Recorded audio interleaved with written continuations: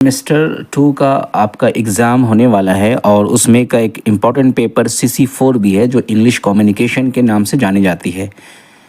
आप बहुत सारे स्टूडेंट्स का डिमांड था कि इंग्लिश कम्युनिकेशन से रिलेटेड भी कुछ एमसीक्यूज़ अपलोड किया जाए, तो आज आपके डिमांड के अकॉर्डिंग मैं एक बहुत ही इम्पॉर्टेंट एमसीक्यूज़ आपके लिए मैं प्रेजेंट करने जा रहा हूं। और चूँकि इसका एग्ज़ाम पैटर्न बदल गया था, पहले आपने कुछ और पढ़ा था बट अब जो है एमसीक्यूज़ आएगा। तो अगर आपने सब्जेक्टिव पढ़ा होगा तो डेफिनेटली आप वहाँ से एमसीक्यूज़ का आंसर फाइंड आउट कर सकते हैं, और जो लोग तैयारी नहीं किए हैं अभी तक वो फटाफट तैयारी में लग जाएं। इसलिए कि टाइम बिल्कुल नहीं है, और आज का वीडियो को पूरा वॉच कीजिएगा ताकि आपके लिए ये बहुत आसान हो जाए। देखें, आपका ये जो इंग्लिश पेपर में जो सबसे पहला टॉपिक है जो आपका लैंग्वेज एंड कम्युनिकेशन है, इसमें बहुत सारे क्वेश्चन जो है आपसे पूछे जाएंगे, ठीक है ना। तो पहले आप समझ लें कम्युनिकेशन होता क्या है, व्हाट इज़ कम्युनिकेशन। तो सपोज़ अगर हम इस तरीके से बताएं कि दो आदमी अगर आपस में बात करते हैं, ठीक है ना, दो आदमी बात करते हैं आपस में, तो उसको हम कहते हैं कम्युनिकेशन। तो कम्युनिकेशन के लिए एक जो है होता है बात करने वाला, जिसको हम सेंडर कह सकते हैं। दूसरा बात को सुनने वाला होता है जिसको हम रिसीवर कह सकते हैं, ठीक है ना। और दोनों के बीच जिस माध्यम से जो बात पहुंचती है, जैसे ये बोलता है ये सुनता है, तो इसको हम कहते हैं मीडियम। इसको क्या कहते हैं, मीडियम। कोई ना कोई मीडियम के कोई ना कोई माध्यम से ही हमारी बात दूसरों तक पहुंचती है। जैसे अगर हम अपने किसी सामने वाले से बात करते हैं तो वहाँ पे हमारे माध्यम या तो एयर है, एयर के माध्यम से हमारी बात पहुँचती है, वो सुनता है। या अगर हम किसी से टेलीफोन में बात करते हैं, मोबाइल पे बात करते हैं, तो उसका कुछ और माध्यम हो जाता है। या किसी को हम अगर लिख कर देते हैं तो उसका कुछ और माध्यम हो जाता है। तो ओवरऑल कम्युनिकेशन का मतलब होता है कि एक दूसरे को बात करना, एक दूसरे से बात करना, उसकी फीलिंग को समझना, उसकी एक्सप्रेशन को समझना और मैसेज को डिलीवर करना, ये चीज़ें हैं। एक दूसरे के पास एक 1 to 1 भी हो सकता है और 1 to many भी हो सकता है। सपोज एक आदमी है, वो बहुत सारे लोगों के साथ एड्रेस कर रहा है, तो बहुत सारे लोग जो उनकी बात को सुन सकते हैं। तो दिस इज़ कम्युनिकेशन। जितना भी कम्युनिकेशन से जो भी टर्म्स होंगे वो सारा चीज़ यहाँ पे यूज़ होगा, जैसे सेंडर हो गया, रिसीवर हो गया या फिर मीडियम हो गया। तो एक आदमी को या तो हम बोलकर उससे बात कर सकते हैं, या उससे हम लिख कर बात कर सकते हैं, या फिर उसको हम अपनी जो एक्सप्रेशन है, जो हमारी जो फेशियल एक्सप्रेशन है, हमारे चेहरे का जो हाव भाव होता है, उसके द्वारा भी हम बात कर सकते हैं और हम समझ भी सकते हैं, ठीक है। और एक और होता है कि किसी को हम चार्ट के द्वारा या ग्राफ्स के द्वारा या पिक्चर के द्वारा उसको जो है हम अपनी बात तक पहुंचा सकते हैं, और वो जो है वो सारे इस माध्यम से भी, चार्ट ग्राफ के माध्यम से भी हमारी बात को समझ सकता है। तो मैं समझता हूँ कि कम्युनिकेशन आपको समझ में आ गया होगा। नहीं तो एकदम ठोस हिंदी में समझने की कोशिश करें, बहुत सिंपल वे में। दो के बीच जो बातचीत होती है उसको हम कम्युनिकेशन कहते हैं, ठीक है। अब इसके बहुत सारे टाइप्स हो सकते हैं। कम्युनिकेशन के टाइप्स क्या क्या होते हैं, तो आपने सुना होगा, शायद नाम आपने सुना होगा वर्बल, आपने नॉन वर्बल सुना होगा, ठीक है ना। तो ये पहले आप देखिए स्क्रीन पे आपके लिए यहाँ पे है कम्युनिकेशन के टाइप्स क्या क्या हो सकते हैं। एक यहाँ पे देखिए वर्बल कम्युनिकेशन है, दूसरा आपका नॉन वर्बल कम्युनिकेशन है, तीसरा आपका रिटन कम्युनिकेशन है, चौथा आपका विजुअल कम्युनिकेशन है, और एक पांचवा भी लिसनिंग कम्युनिकेशन भी है। लेकिन बहुत सारे बुक्स में आप देखे होंगे 1 2 3 4 ही तरह पूछा जाएगा। तो एग्ज़ाम में अगर पूछ दे कि टाइप्स ऑफ कम्युनिकेशन और ऑप्शन दिया रहे वहाँ पे सपोज़ 3 4 2 1, तो आप डेफिनेटली 4 में टिक लगाएंगे। लेकिन अगर ऑप्शन दिया रहेगा 3 4 5 1, तो आप फिर यहाँ कंफ्यूज होने लगेंगे कि आपको किस में लगाना है, वर्बल में, नॉन वर्बल में, या फिर विजुअल में, या फिर रिटन में, या फिर यहाँ लिसनिंग कम्युनिकेशन। तो आप जब इस तरीके से 5 दिया रहेगा तो आप 5 पे टिक लगा देंगे, ठीक है। तो ये आपका हुआ। अब इसको समझते हैं वर्बल क्या होता है। वर्बल जो कम्युनिकेशन होता है वो हम बोलचाल के द्वारा एक दूसरे की बात को समझते हैं, एक दूसरे से बोलते। जैसे यहाँ देखें, आप इस फिगर पे देखें, ये इससे बात कर रहा है और ये इसकी बात को सुन रहा है, या ये बोल रहा है, ये सुन रहा है। इसको हम कहते हैं वर्बल। एक वे में बातचीत होती है, तो इसको हम कहते हैं वर्बल कम्युनिकेशन। दूसरा आप देखें नॉन वर्बल कम्युनिकेशन, हाथ से या फिर अपने चेहरे के हाव भाव से या फिर कुछ और तरीके से जो हम एक दूसरे को बात को समझाना चाहते हैं उसको हम कहते हैं नॉन वर्बल, ठीक है ना। अभी बहुत सारे एग्जांपल्स आएंगे। और तीसरा देखें रिटन कम्युनिकेशन। रिटन कम्युनिकेशन में आप किसी को लिख के भी मैसेज दे सकते हैं ताकि आपके बात को समझ जाए। आप किसी डॉक्यूमेंट के ज़रिए से उसको बात अपनी पहुंचा सकते, उसको हम रिटन कम्युनिकेशन कहते हैं। और चार जो होता है विजुअल कम्युनिकेशन का मतलब होता है किसी चीज़ को दिखाकर, या तो डायग्राम या चार्ट या टेबल या वीडियोज़ के द्वारा उसको दिखाकर उसको समझाया जाता है, उसको हम कहते हैं visual communication.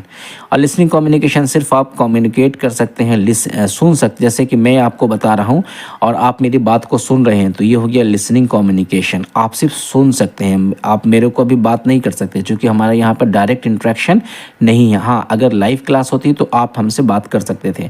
But listening communication का मतलब ही होता है कि दो के बीच में कोई राब्ता कायम हो जाए, कोई लिंक हो जाए, तो लिसनिंग कम्युनिकेशन भी है। हमारे वीडियोज़ को आप सुन रहे हैं, बहुत ध्यान से सुन रहे हैं और सुनना भी चाहिए क्योंकि एग्ज़ाम आपके करीब है।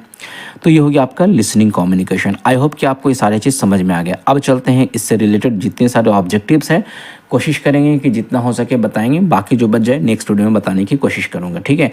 आप फर्स्ट टाइम हमारे वीडियोज़ को देख रहे हैं, चैनल को ज़रूर सब्सक्राइब कीजिए, दूसरे स्टूडेंट्स को भी शेयर कीजिए, दूसरे कॉलेज के बच्चों को भी शेयर कीजिए ताकि वो भी इससे फ़ायदा उठा सकें। तो पहला क्वेश्चन देखते हैं, communication is a part of, ये क्या ऑप्शन भी साथ में आंसर भी है। कम्युनिकेशन किसका पार्ट है, हार्ड है, रफ है, शॉर्ट है, तो सॉफ्ट का पार्ट है ना, शॉर्ट नहीं सॉफ्ट स्किल है। कम्युनिकेशन क्या है, यहाँ पे अगर आप भर दें यहाँ पे सॉफ्ट स्किल। समझ में आ गई बात, पहला क्वेश्चन। अच्छा, इसमें से भी आपको बहुत सारे क्वेश्चन मिल गए हैं। व्हाट इज़ कम्युनिकेशन, तो कम्युनिकेशन में क्या मतलब, link establishment between two people, दो लोगों के बीच में लिंक हो जाना और बात करना। पूछेगा यहाँ पे टाइप्स ऑफ कम्युनिकेशन, तो आपको मालूम हो गया 4 या 5, ठीक है ना। आप कंफ्यूज ना होंगे, अगर ऑप्शन में 5 नहीं रहेगा तो 4 में टिक लगाएंगे, अगर ऑप्शन में 5 रहेगा तो 5 में टिक लगाएंगे, ठीक है ना। आप खुद भी जज कीजिए ना, क्या लिसनिंग कम्युनिकेशन है ना, मेरी बात आप तक पहुँच रही है, क्या आप कम्युनिकेट कर रहे हैं, यस ऑफ कोर्स। उसके बाद क्वेश्चन नंबर 2 देखते हैं, the dash is the person who transmit the message. पहले हिंदी समझे, वो कौन पर्सन होता है, कौन सा शख्स होता है जो मैसेज को ट्रांसमिट करता है, मतलब भेजता है। ट्रांसमिट मतलब क्या होता है, भेजना, तो भेजता है। तो कौन सा भेजता है, रिसीवर तो नहीं भेज सकता है, ड्राइवर नहीं भेज सकता, सेंडर का मतलब होता है भेजने वाला, इसका मतलब क्या होता है, भेजने वाला, ठीक है। तो यहाँ पे ऑप्शन आपका सेंडर हो जाएगा। चले, ये भी ठीक है, sender is the person who transmit the message. Question number 2 भी क्लियर है। क्वेश्चन नंबर 3 पे देखते हैं, dash is the person who notices and decodes and attach some meaning to a message. यानी कौन सा वो बंदा है, कौन सा वो पर्सन है जो नोटिस करता है और डिकोड्स करता है, अटैच करता है सब मीनिंग टू अ मैसेज। यानी उसको अगर कोई मैसेज मिलता है तो उसको डिकोड करता है, यानी कि अपने पढ़ने के काबिल बनाता है, ठीक है। तो कौन करेगा, रिसीवर ही करेगा ना। जैसे मैं आपको बोल रहा हूँ तो आप रिसीवर, आप मेरे मैसेज को क्या कर रहे हैं, नोटिस कर रहे हैं, आप मेरे मैसेज को डिकोड कर रहे हैं और अपने हिसाब से कुछ मीनिंग लगा के मेरी बात को समझने की कोशिश कर रहे हैं। तो यहाँ पे आपका आंसर क्या हो जाएगा, रिसीवर, ठीक है। चलो अब अगला क्वेश्चन देखते हैं, message is any signal that triggers the response of a dash. यानी मैसेज कोई सिग्नल है जो ट्रिगर्स करता है, मतलब ट्रिगर मतलब क्या, उसको एकदम हरकत में ला देता है, किसके लिए, तो रिसीवर के पास जब मैसेज पहुंचेगा तो क्या करेगा, वो एक्टिव हो जाएगा, उसको सिग्नल मिलेगा तो मालूम है अब मुझे मैसेज आने वाला। जैसे मैं आपसे डायरेक्टली बात करूं और मैं आपका नाम लेकर बोलूं तो आप बिल्कुल एक्टिव हो जाएंगे और अपने आप को ट्रिगर, अपने आप को एक्टिवेट कर लेंगे कि आपको मैसेज मिलने वाला है, ठीक है। नेक्स्ट क्वेश्चन देखते हैं, the response to a sender's message is called. यानी सेंडर मैसेज यानी जो भेजने वाला का रिस्पॉन्स, उसका उत्तर, रिस्पॉन्स मतलब उत्तर को क्या कहते हैं, फीडबैक तो गलत है, ये तो एक्स्ट्रा ऑप्शन दिया हुआ है, आंसर तो फीडबैक है। गलत ऑप्शन में कुछ भी दे सकता है, उससे मिलता जुलता चीज़, बट आंसर क्या, फीडबैक मतलब क्या होता है, वापस देना, ठीक है ना। तो सेंडर का रिस्पॉन्स मतलब फीडबैक। क्वेश्चन नंबर 6 है, dash context refers to the relationship between the sender and the receiver. Sender और रिसीवर के बीच में जो रिलेशनशिप इस्टेब्लिश करता है उसको हम कहते हैं सोशल। तो ये हो गया आपका option A answer. Question number 7 देखते हैं, dash context refers to the similarity of backgrounds between the sender and the receiver. यानी सेंडर और रिसीवर के बीच में अगर सिमिलरिटी है तो उसको क्या कहते हैं, तो कल्चरल, एक जैसा लोग हैं उसको कल्चरल कहेंगे, ठीक है ना। क्वेश्चन नंबर 8 है dash refers to all these factors that disrupt the communication. यहाँ पे स्पेलिंग चेक कर ले आप लोग। जो कम्युनिकेशन को डिस्टर्ब करता है तो क्या हुआ हमारे पास, नॉइज़ी होता है, जो हल्ला गुल्ला करता है। तो ये हो गया आपका ऑप्शन बी जो आपका सही है, ठीक है ना। Question number 8। क्वेश्चन नंबर 9 में देखेंगे। क्वेश्चन नंबर 9 में environmental barriers are the same as noise. अगर इन्वायरमेंटल बैरियर्स का मतलब होता है रुकावट। Environmental barriers are the same as noise, यानी इन्वायरमेंटल बैरियर मतलब क्या होता है, जो कम्युनिकेशन में रुकावट पैदा करता है, ठीक है ना। तो कौन हो गया यहाँ पे, फिज़ोलॉजिकल हो गया, फिर साइकोलॉजिकल हो गया, फिज़िकल हो गया, सोशियोलॉजिकल हो गया। तो डेफिनेटली इन्वायरमेंटल बैरियर क्या होता है, आपको फिज़िकली जो है वो रुकावट पैदा करेगा, ठीक है। Question number 10 our dress code is an example of communication. ये भी क्वेश्चन पूछ सकता है, ड्रेस कोड आपका जो है किस टाइप का कम्युनिकेशन है, वर्बल है, नॉन वर्बल है, रिटेन है, स्पोकन है। तो हमने कहा था अभी कि नॉन वर्बल फेशियल एक्सप्रेशन से फिर आपके हाव भाव से या फिर आपके ड्रेस कोड से दिखा जाता है, उसको नॉन वर्बल कहते हैं। क्वेश्चन नंबर 11 में देखें dash communication includes tone of voice, body language, facial expression. तो आप तो आंख बंद करके लगा देंगे नॉन वर्बल ही इसका आंसर है, ठीक है। अब मैं समझता हूँ कि आपको नॉन वर्बल और वर्बल समझ में आ गया होगा क्या होता है। उसके बाद देखें यहाँ पे when there is similarity of background. बड़ा क्वेश्चन देख के आप डरे नहीं, एग्जाम में तो आ सकता है, तो आपको तैयार रहना होगा। When there is similarity of background between the sender and receivers, यानी जो भेजता है जो रिसीव करता है, दोनों के बैकग्राउंड में पीछे में अगर कुछ सिमिलरिटीज़ है, जैसे age, language, nationality, religion, gender, then it is called context. तो इसको क्या कहेंगे हम, कल्चरल कहेंगे, ठीक है ना। ऑप्शन बी सही होगा यहाँ पर, ओके। उसके बाद next question letter, email, telephone are example of. ये किसके एग्जाम्पल्स हो जाएंगे, मैसेज, फीडबैक, चैनल, इनकोडिंग। देखो लेटर है, ईमेल है, टेलीफोन आर एग्जाम्पल्स क्या है, ये सारे चैनल्स के एग्जाम्पल्स हैं, ठीक है ना। नेक्स्ट क्वेश्चन देखेंगे understanding dash different parts of speech forms the base of learning grammar. Different parts of speech, पूरे ग्रामर को सीखने के लिए कितने टाइप्स के पार्ट्स ऑफ स्पीच हमको जानना होगा। तो आप अगर ग्रामर पढ़े होंगे तो आपको मालूम होगा 8 types of parts of speech होते हैं, ठीक है। इसमें हम non, pronoun, verb, adverb, adjective, ये सब आपने पढ़ा होगा, उसको 8 टाइप्स कहते हैं, ठीक है। फिर क्वेश्चन नंबर 15 देखें a dash way be defined as the name of a person, place और अ थिंग। तो यहाँ पे क्या भराएगा, तो नॉन ही भराएगा। नॉन को क्या डिफाइन करते हैं, noun way be defined as the name of person, किसी भी पर्सन, प्लेस और थिंग को डिफाइन करता है उसको नॉन कहते हैं। The person who transmit the message is called, जो मैसेज ट्रांसमिट करता है उसको क्या कहते हैं, सेंडर। ये तो शायद आ चुका था पहले भी, सेंडर कहते हैं, ठीक है ना।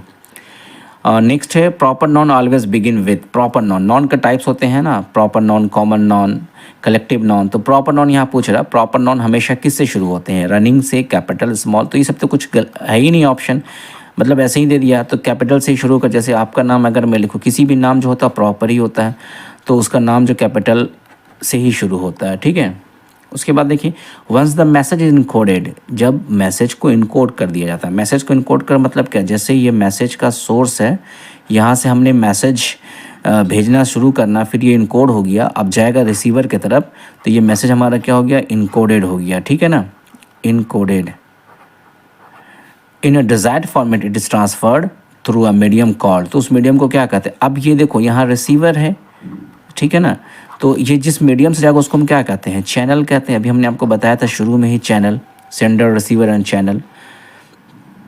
उसके बाद देखिए the nouns which can not be felt, seen और हर्ड आर कॉल्ड। ऐसा नॉन जिसको ना देखा जा सकता है, ना महसूस किया जा सकता है, ना सुना जा सकता, उसको किसको कहते हैं। तो नॉन का टाइप है ये सब, कॉमन नॉन तो नहीं है, प्रॉपर नॉन भी नहीं है, कलेक्टिव नॉन।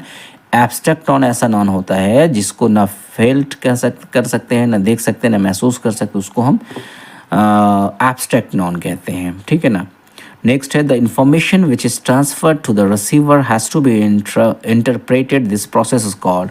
यानी जो सूचना होती है, इंफॉर्मेशन मतलब क्या, सूचना विच इज़ ट्रांसफर्ड, जिसको ट्रांसफ़र किया जाता है टू द रिसीवर, रिसीवर के पास जो लेगा, has to be interpreted, this process is called. इस प्रोसेस को क्या करते हैं, इनकोडिंग, डिकोडिंग, ओपनिंग, क्लोजिंग। तो हमने बताया था जो सेंडर होता है, याद रखना ये चीज़ें, जो सेंडर होता है वो मैसेज जब भेजता है तो उसको हम कहते हैं इनकोडिंग। क्या कहते हैं? इनकोडिंग। बट जो रिसीवर होता है जब वो मैसेज रिसीव करता है तो उसको हम क्या कहते हैं? डिकोडिंग। वो डिकोड करता है, अपने लाइक बनाता है समझने के लिए। तो इनकोडिंग हमेशा सेंडर के साइड होता है, डिकोडिंग हमेशा रिसीवर के साइड होता है। तो आई होप कि समझ में आ गया होगा कंसेप्ट। और भी क्वेश्चन है, देखते हैं। अच्छा, और भी क्वेश्चन है। ये क्या? All communication events have a. सारी कम्युनिकेशन इवेंट्स का क्या होता है? रिसोर्स होता है, सोर्स होता है, स्टार्ट। सोर्स ही होता है। जो भी कम्युनिकेशन स्टार्ट होते हैं उसकी सोर्स कहीं ना कहीं कुछ सोर्स होती है। जैसे मैं बोल रहा हूँ तो मैं सोर्स आपके लिए हो गया, आप किसी को बोलोगे तो आप उसके लिए सोर्स हो जाओगे। तो कम्युनिकेशन के सोर्सेस होते हैं। तो नेक्स्ट क्वेश्चन की तरफ बढ़ते हैं। तो आई थिंक शायद बस इतना ही क्वेश्चन था आज की वीडियो में। 21 ही क्वेश्चन है। एनीवे इतने सारे क्वेश्चन हमने बताए तो इसमें बहुत सारे इंपॉर्टेंट आने वाले हैं। आप इसको अच्छे से पढ़िएगा। कोई डाउट होता है किसी भी टॉपिक में, क्या टाइप्स में, आप हमें पूछिए ज़रूर से। अच्छे से पढ़िए और दूसरों को भी शेयर कीजिए। मिलते हैं नेक्स्ट टाइम नेक्स्ट वीडियो के साथ। Thank you very much.